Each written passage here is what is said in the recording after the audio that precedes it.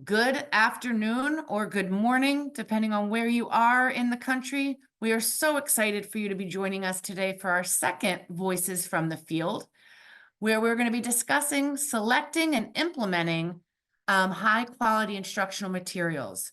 We are so excited to have three of our ARC core partners going to be discussing their journey and as well as their implementation. We know at this time of year, many of you are in process or will begin the process. So we think this will be a very timely conversation and discussion to have. And we are thrilled to have Dr. Irvin Scott, who will be facilitating the conversation. So let's meet our panelist. We will start in Greece, New York. Hello, everyone. My name is Julie Parsons. I'm the Director of Elementary and Early Childhood Education.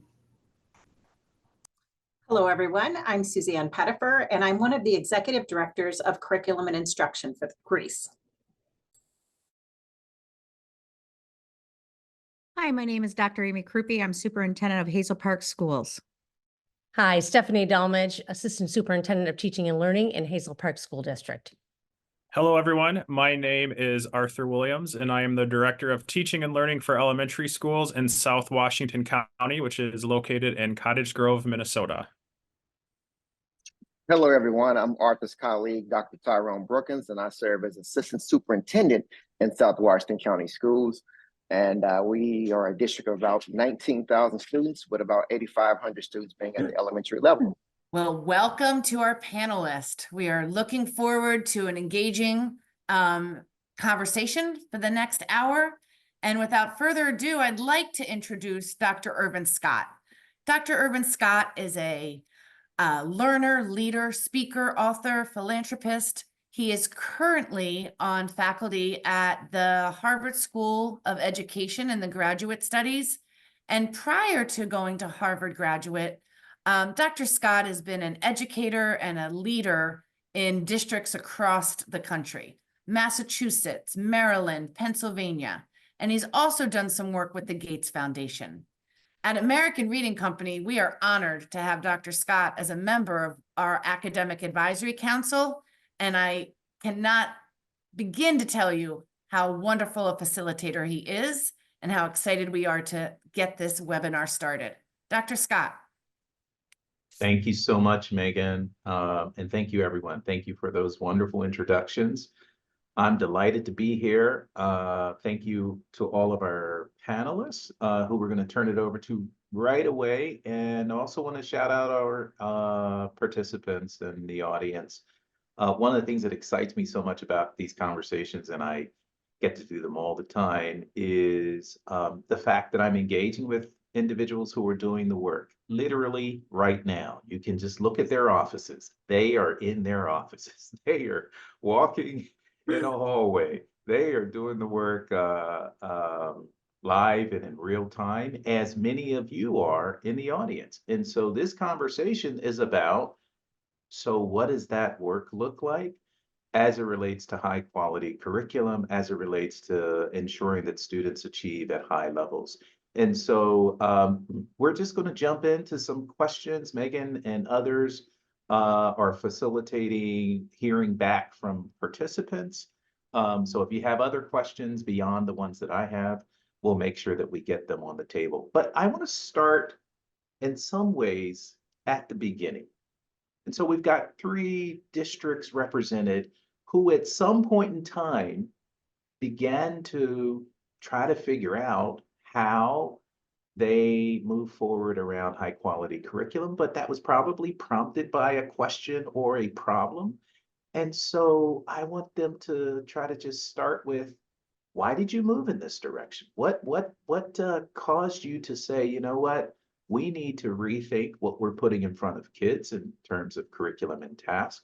And I'm just going to call out, I don't know if we had a plan of who I was going to start with, but I'm just going to call out Amy from Hazel Park, and then we'll just go through as we move through this first question.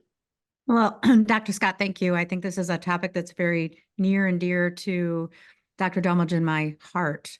I've been in Hazel Park for 9 years, and even before that period of time, we had struggling learners. We are low socioeconomic school district. We were lacking a comprehensive curriculum that focused systemically K-12. And so we went upon that journey. When I entered in, they were using a different process for teaching and learning.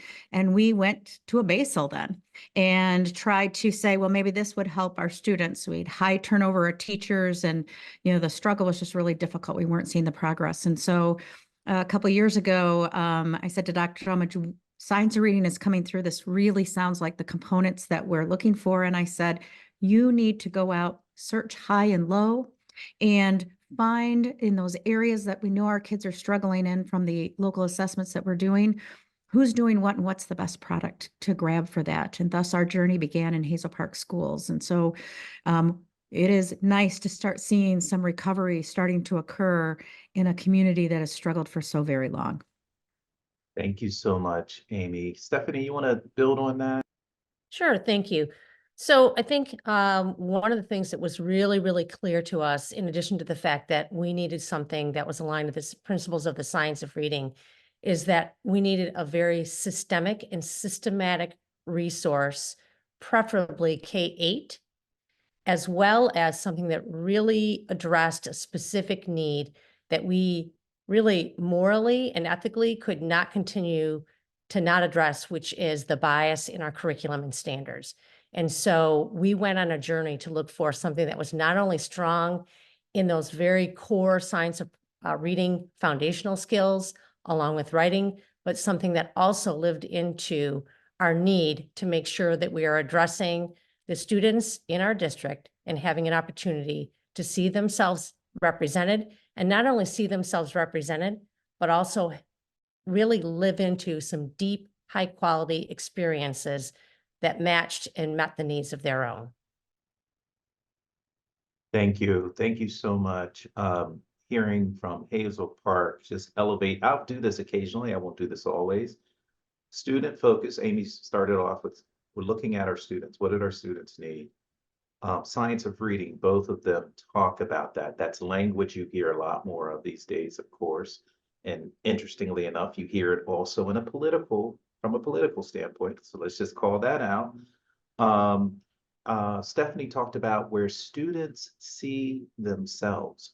Really, really important point. And then systemic. So just a couple elements lifting up.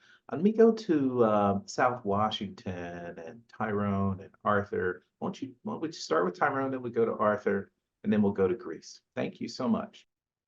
Dr. Brooke, is Tyrone? Is he frozen? Okay, Arthur, you can jump in. Yeah, that'd be great. Yeah, I can jump in for South Washington County. We landed on American Reading Company. We went through a pretty robust process to find just the right resource for our district. We were coming from a system that hadn't had a common resource in the past 10 or 15 years. And so we wanted to really make sure we had something, whereas our panel members before talked about where students could really see themselves. That was really important for us because the demographics of our district have changed so much over the past 10, 15 years or so.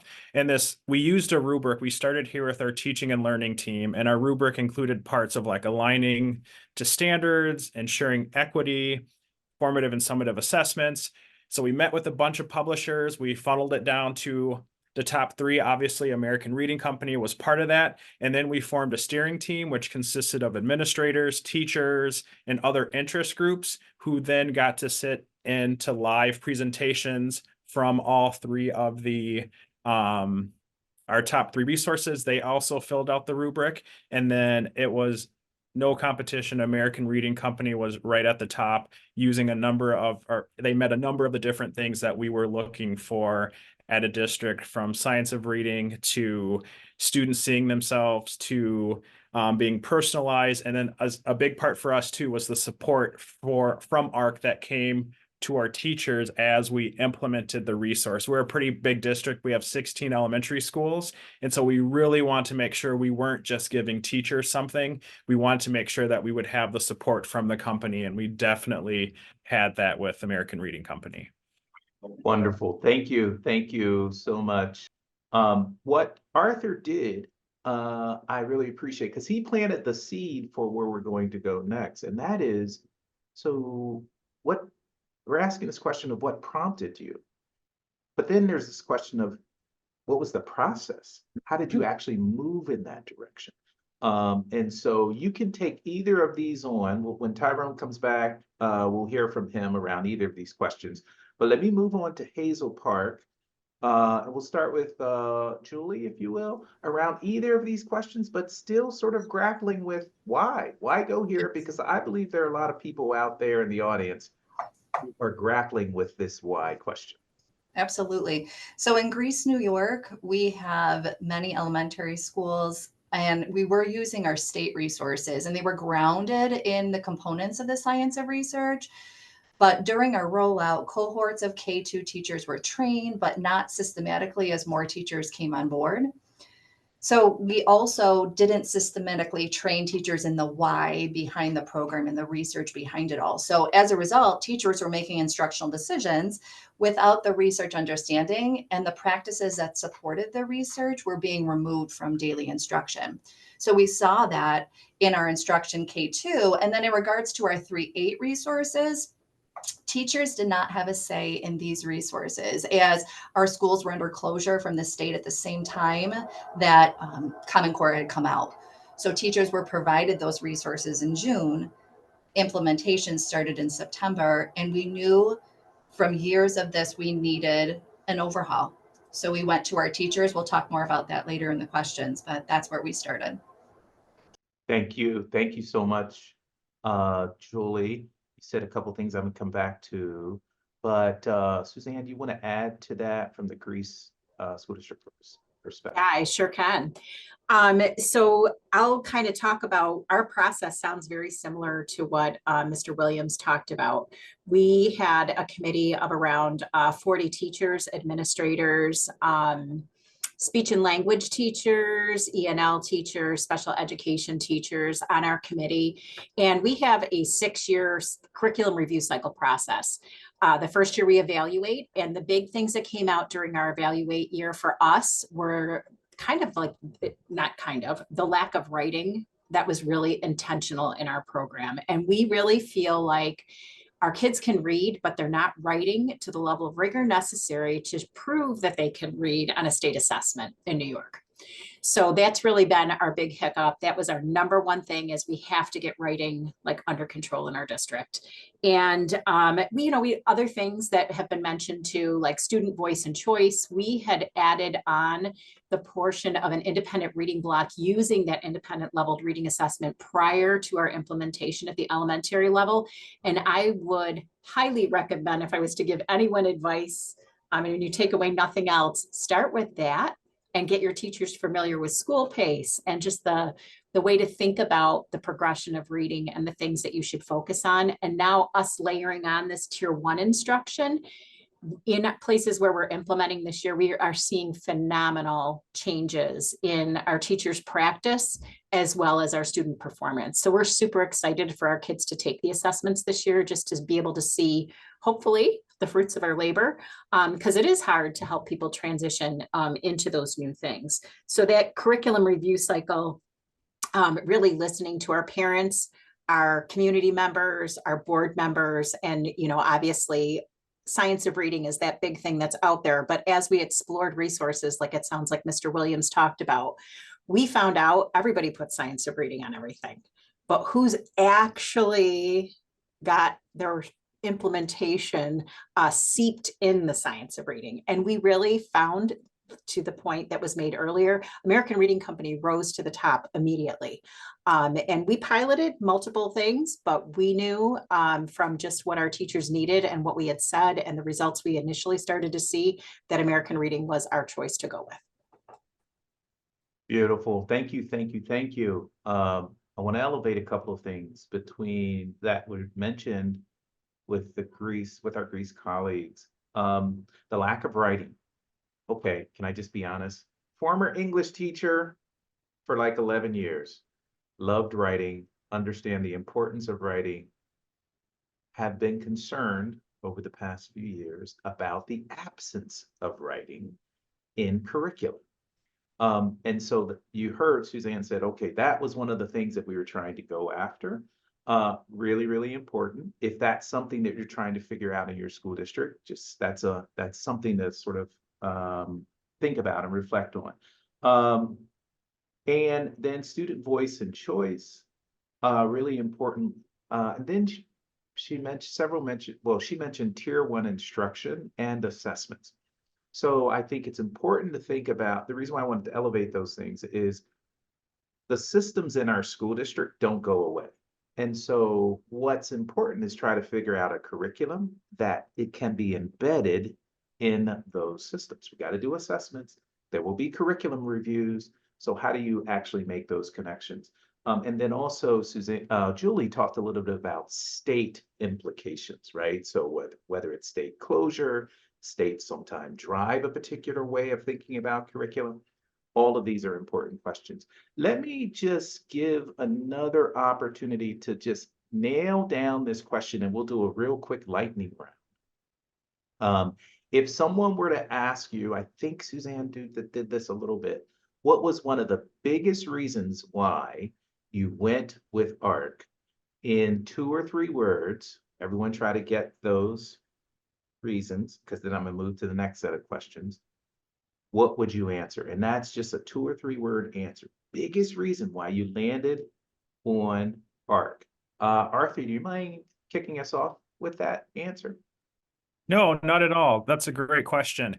My 3 words would be the way reading and writing were blended together to give students a comprehensive reading experience.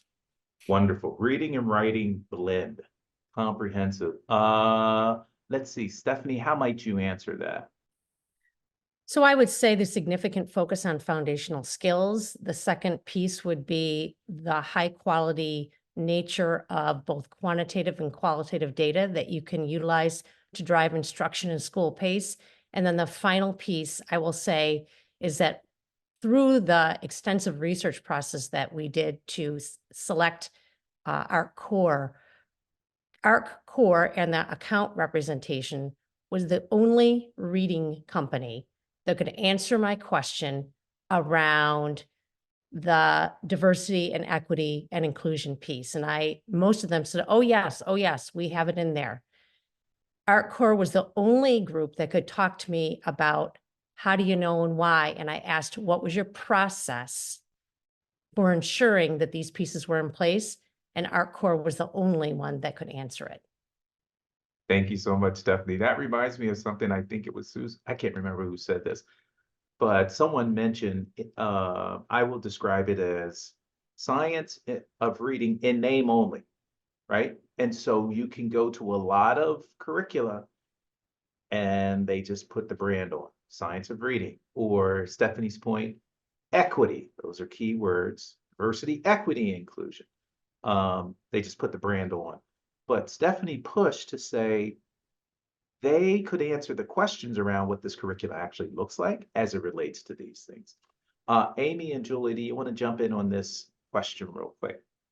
I think that I would add on to Stephanie's that the inclusivity was very important, as well as we looked at having inclusionary practices inside classrooms and being able to have everyone participate at their instructional level and independent level when it came to projects. So, I mean, I think that was a really big piece for us, as we had so many, as we know today in education, we have so many different learners that we need to differentiate inside the classroom. And so it is powerful. As a former special education teacher and director, it really hit the mark for us in Hazel Park schools. That's powerful. The inclusivity of learners, and really, really, really important. Thank you for elevating that. Julie, did you want to add? Absolutely. I'm going to focus in on the reciprocity of reading and writing, with that emphasis of reading in service of the writing. We had been missing this for years within our curriculum, and we know the power in that. I'll also focus in on those foundational skills and how ARC is steeping itself into the science of reading and being able to explicitly teach from our youngest levels all the way up through our K8 continuum, which is what we're working on. I also, in regards to the culturally relevant texts that are read alouds within all of our classrooms and along with in our bins of wide reading, ARC provided that opportunity for our pre-K through K alignment as well. So I see a continual cycle of how students are learning within that pre-K curriculum and then coming into our kindergarten classroom. So we're already seeing that, and this is our year 1 of implementation. So we're excited about that. Wonderful. Foundational skills, this notion of cultural relevance and having kids see themselves, all elements of why individual school leaders, district leaders moved in this direction.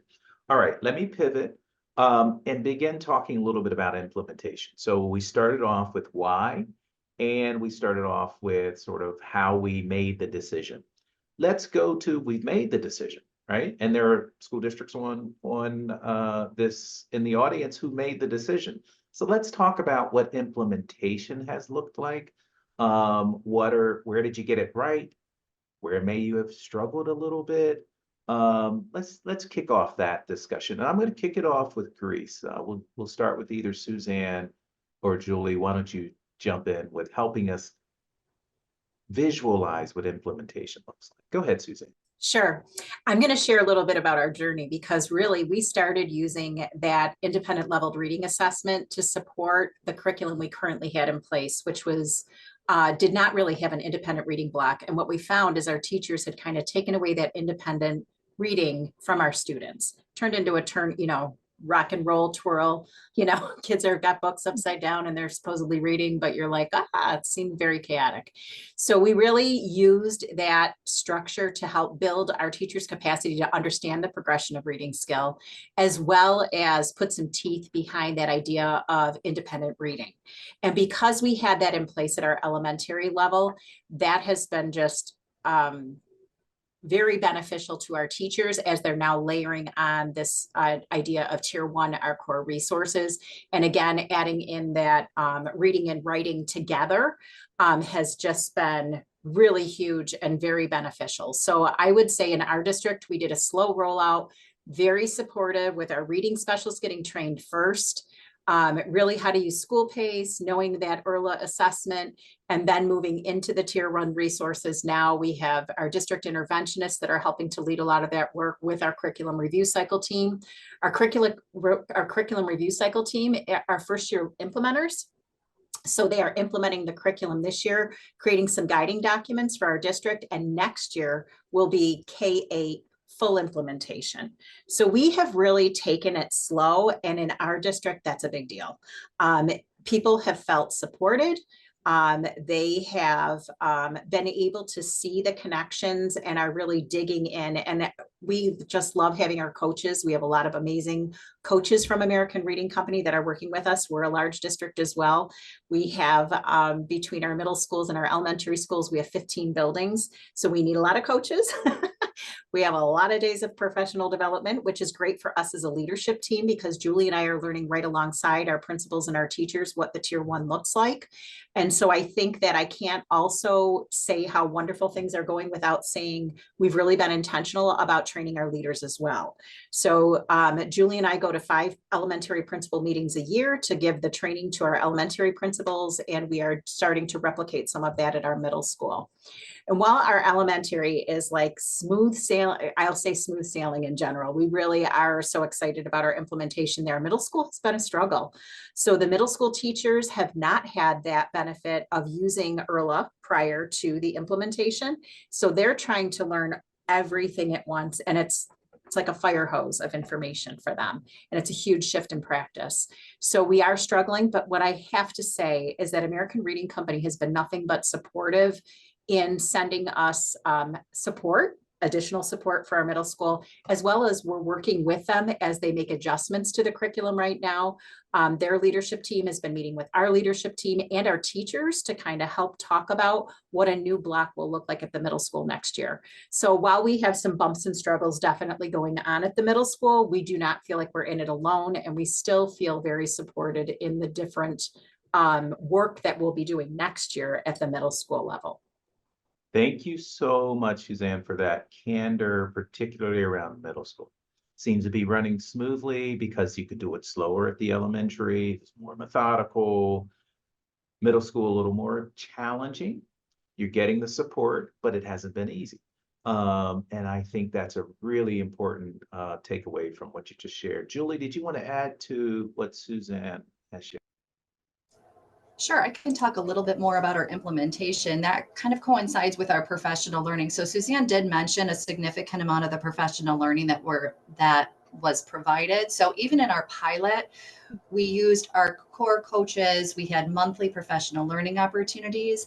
Pilot teachers appreciated that. It helped us to maintain alignment. So again, like Suzanne said, going slow, methodical, and just learning from that. And again, our coaches have been nothing but responsive, from leadership all the way down to our coaches who are in our buildings. We have ARC coaches in our buildings today, helping and supporting and modeling and providing that feedback to our teachers, which we know is so critical in helping with a positive implementation cycle.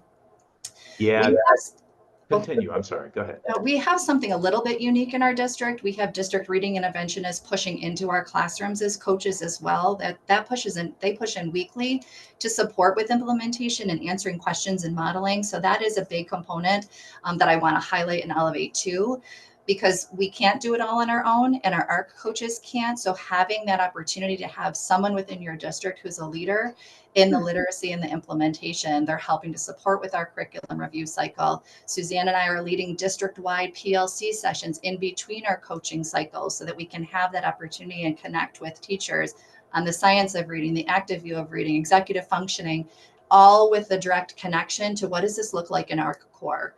And then we have professional learning series, quarterly question and answer documents, a video learning series where our teachers are allowing us to video, and then sharing that with our teams so that they can see that prior to full implementation next year.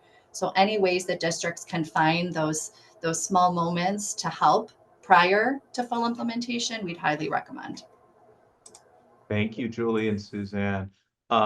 Both of them did something that we can just continue with. They talked a little bit about the implementation, but as they talked about implementation, they began to also illuminate how they think about professional development within the context of implementation. But I would argue, and they would probably argue the same, implementation can only happen through professional development in schools. You can't implement this without working and training teachers and leaders.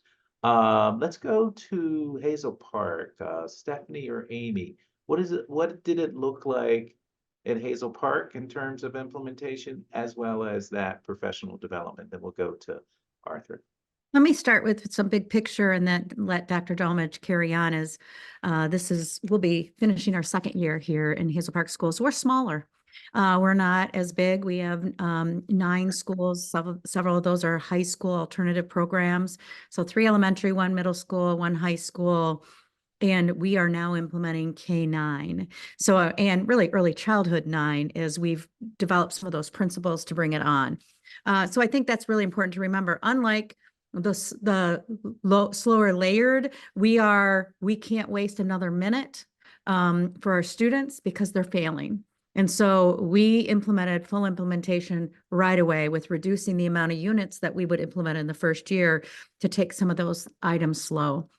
We also had monthly data meetings that principals would use, and we pulled back on those to make those be the training times that they could learn and implement as grade level teams together around the principals, as well as with our literacy coaches that we have we have a literacy coach in each elementary building, in the junior high, and now in the high school this upcoming school year as we moved it on to 9th grade. We too struggled with our middle school. We know middle school struggles. They weren't trained in the same way as elementary teachers were trained to teach the pieces of reading. And even though we had been working on those conversations before, this was a switch. And believe it or not, our freshman teachers were not in high school either. So that was even a bigger push. But we're seeing people step in and understand because they see the power of change that's happening with students. And I'm going to let Dr. Dolmage really talk even more about the day-to-day implementations that we had across the board.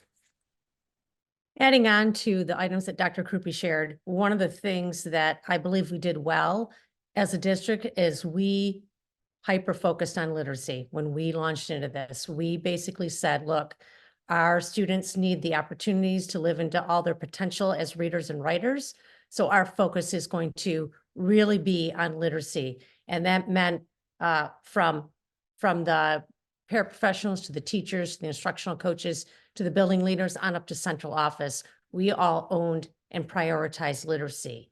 The second piece of the puzzle that is a little bit of an add-on, not only did we jump in head first K-8, we did not implement ARC, or we did not pilot ARC.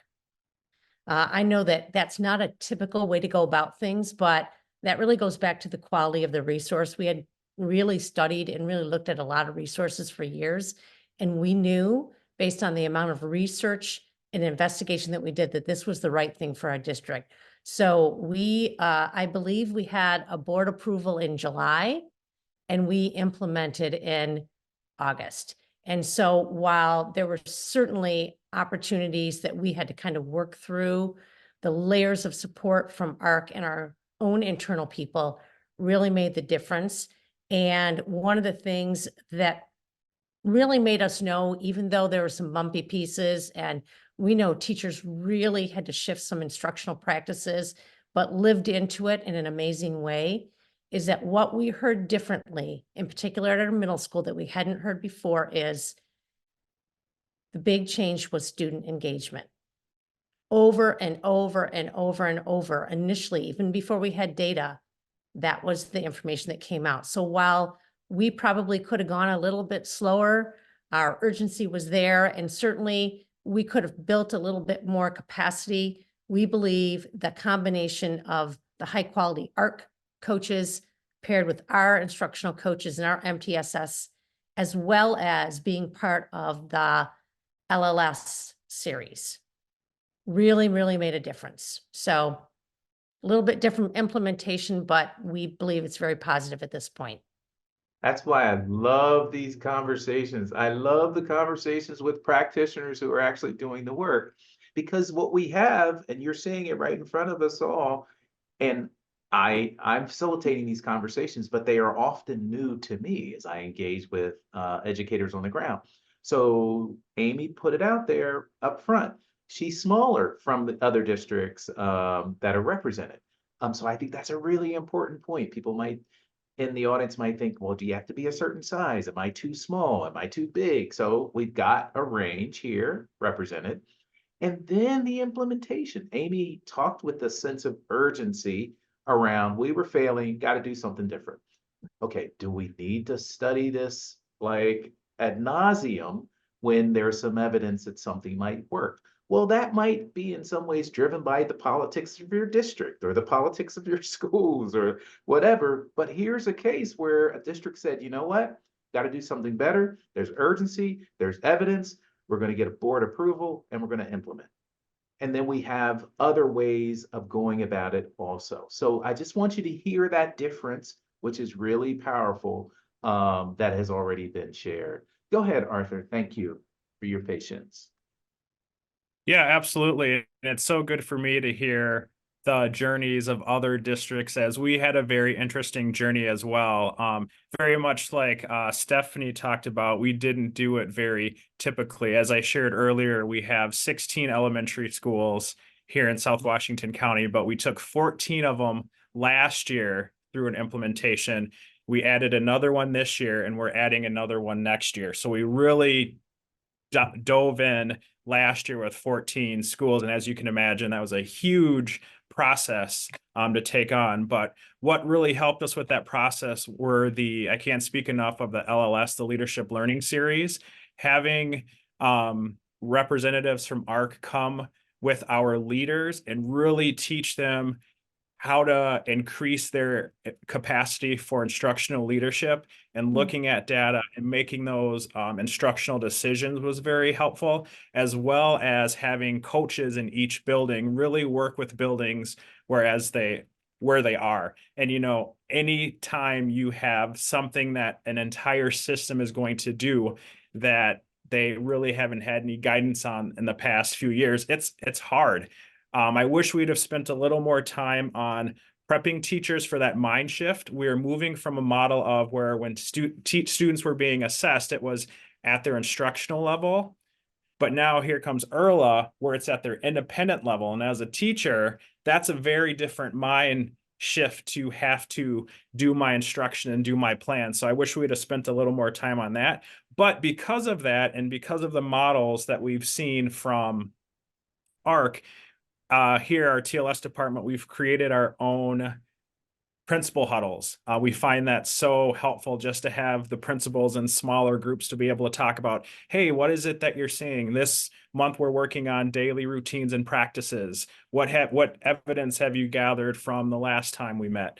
So that has been very helpful. And we're very fortunate to have reading specialists at each building where we are making them essentially our mini ARC professionals. So we want them to become like the ARC coaches that come to visit us. So that way teachers can go right to them, and we're able to then focus our PD days on sessions that they lead based on what they're seeing at their sites. And we're able to offer a menu of teachers being able to sign up and pick and choose. Maybe I want to focus more on power goals, or maybe I want to focus on equitable conference schedules, or maybe just digging more into data. So we're able to provide all that. So it's been a great implementation. We've had bumps. It hasn't been easy, but what we're seeing, someone talked about the engagement of students, seeing students so proud of their writing has just been amazing. And we've had students at site say, oh, I see someone that looks like me in a book. I haven't seen this before. And it's just so heartwarming to see principals or hear principals share that with us here in TLS. Wonderful. Thank you. Go ahead, Stephanie, jump right on it.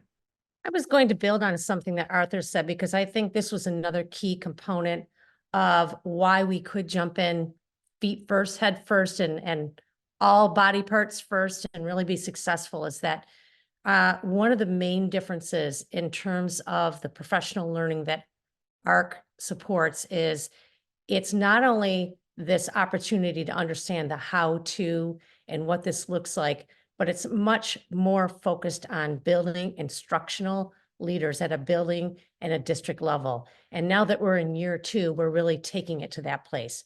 Yes, year 1, how do you log in a school pace? How do you get through a framework?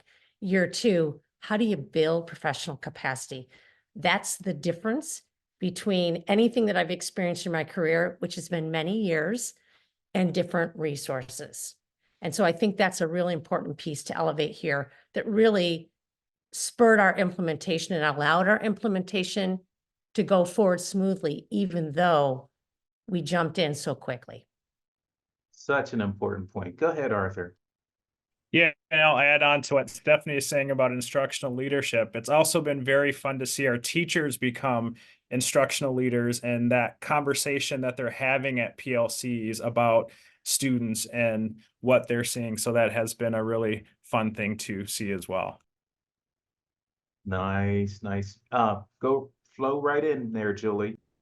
Just one quick thing too, something that we appreciate in our district with early implementation is the fact that there are so many resources developed by ARC that we don't have to create. So for instance, when you were mentioning about look fors, we have the look for documents for each of the grade levels.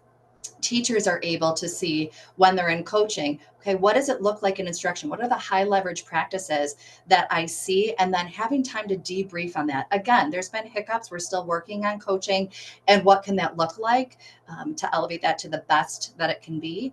But I do appreciate, and our teachers appreciate, and our leaders appreciate the resources that are in there and the building instruction, etc. The PLC model where we're looking at that. We're starting to look at our students writing through the Kinsey writing scale at the K2, and our teachers are having very robust conversations when we're meeting together. We're learning about that Kinsey writing scale. We're taking our students writing from pre-K through 2nd grade and saying, where are they and where are we going? These are wonderful conversations to have. What does grade level expectation look like, right? These are all things that we really haven't had a platform to talk about with our old curriculum, and now we do. This is so rich. So in many ways, what I'm hearing, especially around the last few minutes, is there are things happening as a result of these curriculum materials that perhaps you didn't necessarily expect, or it was an unintended consequence, right? It wasn't like we said we're going to do ARC for all of these reasons. We just know we need to do something different. But then what it has led to is deeper conversation around instruction, deeper conversations around instructional leadership, deeper conversations around what professional development and how we can be leveraging our PLCs more effectively. Just rich conversations that lead to changes in practice. And I also want to bring up this point around student engagement, because isn't that the ultimate goal? Like, there could be great professional development, that great instructional leadership, but if it's not changing the student experience, then how good is it? But I'm hearing that is front and center. Someone offered that. Go ahead, Suzanne. One thing I want to add is our curriculum before that we used, our state resources were very prescriptive in nature, scripted curriculum. And it's interesting moving to a framework that provides you with teacher flexibility and autonomy to respond to your students in your class, to respond to my L students, to respond to my special education students. What might that look like for them? So I don't want to lose that component to the benefit of using this resource as well.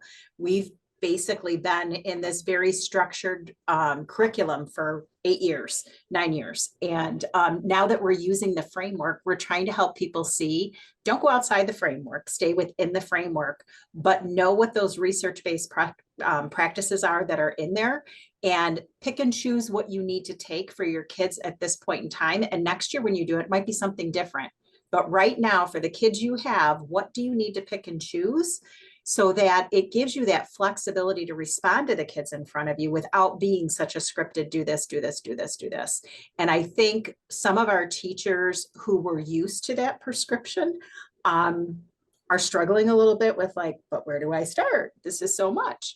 And then we have other teachers who are just thrilled about the autonomy that they have within the framework. And that's the part we keep emphasizing. If you're staying within the framework, you're staying within research-based practices that we want you to be using with your students. So I think that's another component I don't want to lose. Such an important point. I put it in the chat. Right now, for the kids you have, right? And then what Suzanne said, there are teachers who love that flexibility. There are teachers who are like, flexibility. And what that requires is stronger instructional leadership. Great teacher leaders, great principals, great coaches who can guide those discussions. Go ahead, Arthur. Yeah, Suzanne talked about flexibility and you talked about student engagement. And one of the really fun things that we've seen this year is we have buildings forming intervention groups just on student engagement based on what they're doing. Like at the very beginning, when they do the IRLA, if their engagement's not high, our intervention teachers are working with those students to really work with them on engagement. So to see groups form just on engagement has been a really fun thing this year. Wonderful. This is back to this point around things happening as a result of these curriculum materials, but you didn't necessarily know they're going to happen. Megan, I see you unmuted yourself. Yeah, we love acronyms. So I'm hoping that one of you can share a little bit about what the IRLA is and does as it relates to the work that you're describing, please. Stephanie's hand is up, so we'll start there and then we'll go to Suzanne. And you can answer that question, Stephanie. Yeah, absolutely. So I think the thing that I was going to share actually pairs nicely with the conversation around the IRLA. And one of the reasons why, that was one of the reasons why we select this resource, is to really have a tool that could really diagnostically help us understand what students could do well and where we needed to move next to get students to that next level in a very, very prescriptive, organized manner, which leads me to the second component of what I was going to share, is the high quality nature of not only the tier 1 resources, but also the IRLA, to be focused on acceleration versus remediation. And that was one of the key pieces that we needed to look at, because we know we've been in remediation for a long time with our tier 2 and tier 3, and that's not moving kiddos.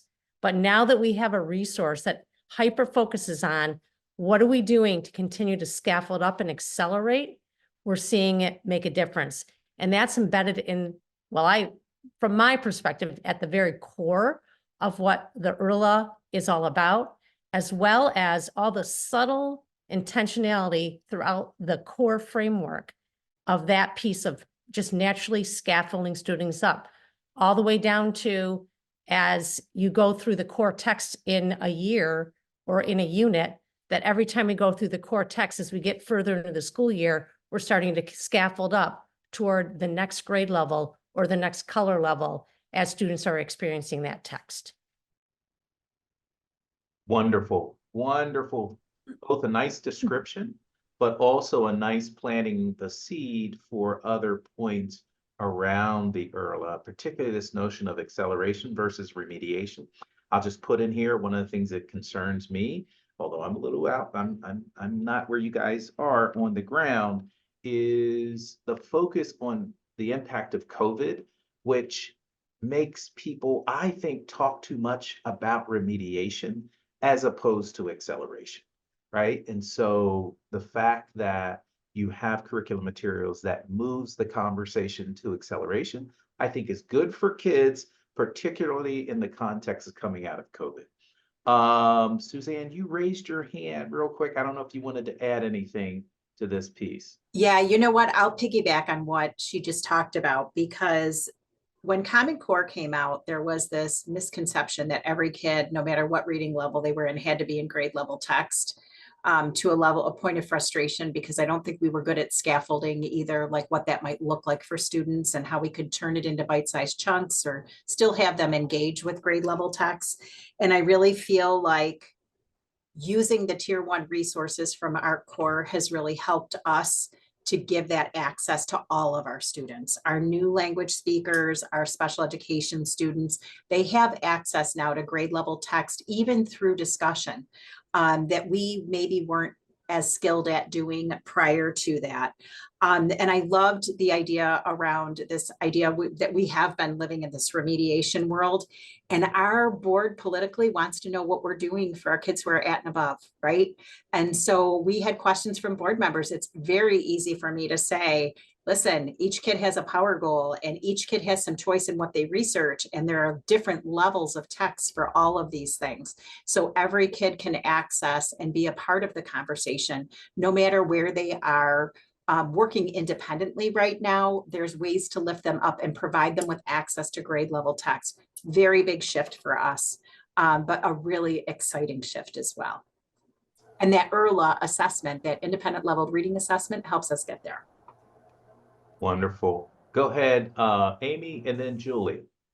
Yeah, I just wanted to add on to what she had to say with that. And how exciting is it when district leaders walk into classrooms and all the students can talk about what they're researching and what they're studying at their level. It doesn't matter who you are, you have something to say, and they're so excited to share it. And so in the past, those that struggled weren't able to share in the same way. And it is so incredibly powerful to visit those classrooms. It's a blessing to be a part of that. And that's where the proof is in the pudding, in the classroom with kids. Go ahead, Julie. I was just before we got on the call over in one of our buildings with our ARC coach. And one of the beautiful things that I just saw in an 811 classroom was specially designed instruction with access to tier 1. And all of our students were participating. They were in text, they were in the ARC books, they were having experiential opportunities, they were writing, they were using audio recordings in one of the systems that we have so that they could also participate. So that's just one of the ways that we're seeing it, but I would absolutely highlight what you just said in regards to engagement. You walk into a classroom, students can't wait to share their writing with you. That's the first time in my career here that's the first thing that students want to show you. And guess what? It's grounded in the books. It's grounded in the research. They feel like experts, from our kindergarten kids and on up. And we talked about some of our bumps in middle school, but our students right now in the elementary level, and we'll get there in middle school, it's just going to take some more opportunities. but that's where we're seeing it, is the engagement and then the learning opportunities. Our data is improving. Our students are feeling that level of success. Our teachers are beginning to feel that level of success.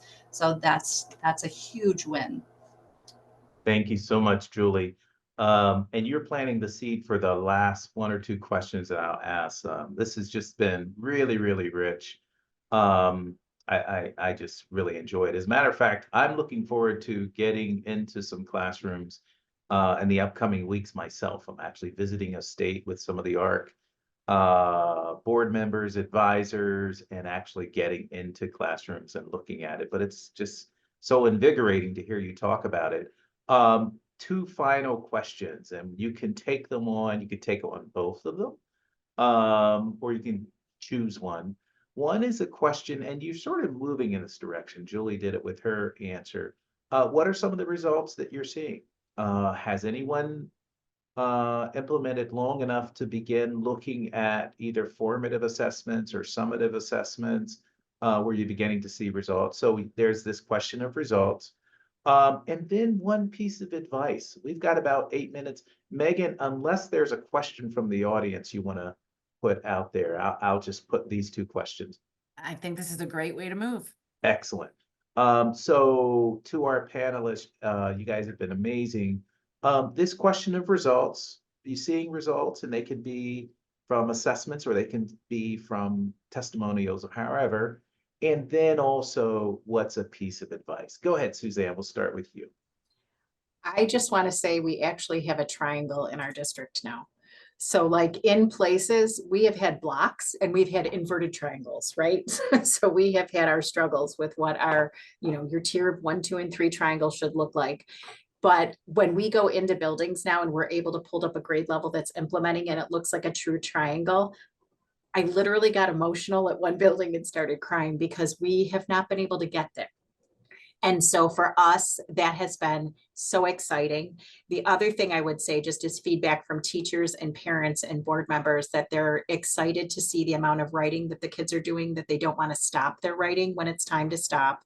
And just that enthusiasm for just like who I am as a literate person is pervasive now, where the implementation is going on, instead of it being like a sidebar thing. Like, I'm also good at this. This is now like who we are as a community of learners. We're all literate, and this is how we're all demonstrating it. So I think those are two really big things for us to like highlight in our district. The fact that we have a triangle, I can't even tell you. I'm praying to God our state assessments like start to show that triangle a little bit more too. But I don't know how they couldn't based on what we're seeing. So And that's actually, let me just say this real quick. That's an important point. Did you hear what Susan said about the assessments?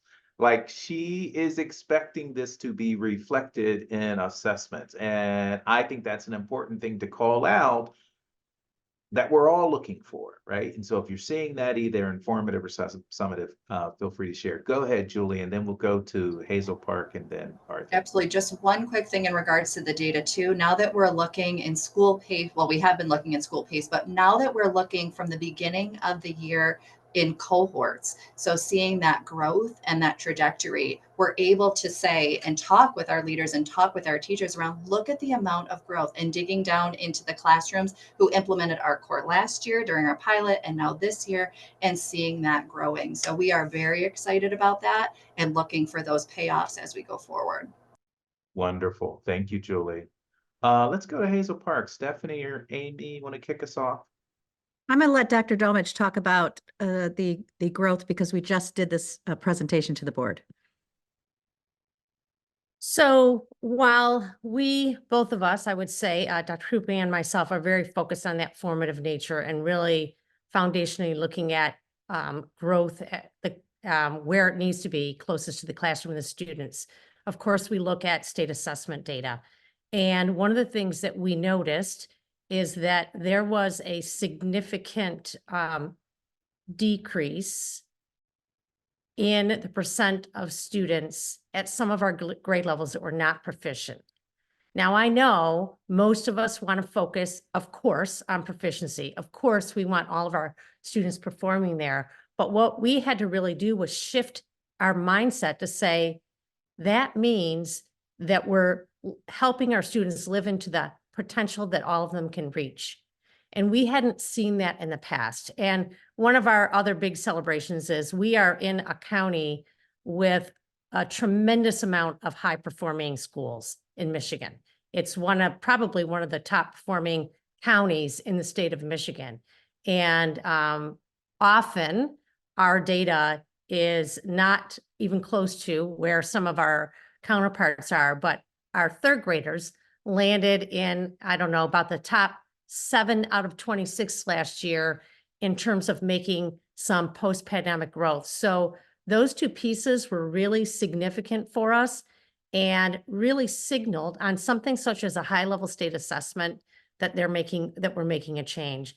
And my final piece of advice is really not just focused on selecting a reading resource, but I believe that we really lived into this commitment to make sure we're looking at equity and inclusion. And I believe it's really, really important to push yourselves, not just to go for what the resource offers, because a lot of resources offer different things, but to push yourself and challenge yourself to use something such as Hazel Park, which was Midwest Equity's Assessing Bias in Curriculum and Standards. So you're not only walking into a high quality curriculum from the instructional standpoint, but you're living into and realizing what we need to be doing for our students to make sure their voices and persons are heard and seen in our district. I just want to add on to the Hazel Park vision and piece of that is that my best advice to you is it may seem overwhelming. People around you may say this isn't the practice to go. Be ahead of the game. Dare in your district to do something different that others around you are not doing in the effort to improve the lives of kids. Beautifully stated. Thank you so much. Arthur? Yeah, one of the things we've spent a lot of time talking about student engagement. I'd also say here in South Washington County, we've had an increase in parent engagement in the sense of when kids send home the skills cards, they can really feel like, oh, I have a 1R reader, so this is what I need to work on with my kid. They really feel that ownership. So that's really bridging that gap between home and school. So that has been really fun for us to see. And also I've been contacted by a number of media specialists. Books are just flying off the shelves. So you think of third grade and Unit 1 being the Magic Tree House. Those books are flying off the shelf. So it's fun to see the media specialists see kids so interested, invested in getting the books that they're reading from Art Core. So that way they can check it out. And then my piece of advice would be for district leaders, when you are looking at selecting a resource, really have that strategic thinking framework. Think about those assumptions that people have. Think about the different threats and risks that could come with adopting a resource. And just when you have that, and then when you see what ARC has to offer, I think, like in our district, you'll see that ARC is far and above a lot of other things out there. Thank you so much, Arthur. This has been absolutely amazing. In my classes, we would be snapping our fingers on behalf of this panel. You guys have been just wonderful. I just want a personal aside. I want to just say it's really, really encouraging for me personally to hear you talk in so many different ways around instruction, around students, around leadership, but particularly around diversity, equity, and inclusion, which is taking a hit these days for various reasons. But when I hear you speak, it's like we're doing this not because of some political reason, but for kids.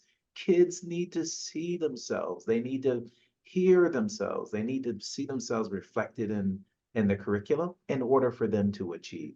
And so that's just personally very encouraging to me. Let me turn it back over to Megan. You guys are amazing. Well, thank you, South Washington, Greece, and Hazel Park, and Dr. Scott. It was a fun-filled hour of learning and listening, and we so appreciate all that you're doing in the schools. We will let you know that our third Voices from the Field will be focusing on writing, and that will be on March 14th. So be on the lookout for that. But we just want to thank all of our attendees, all of our panelists, Dr. Scott.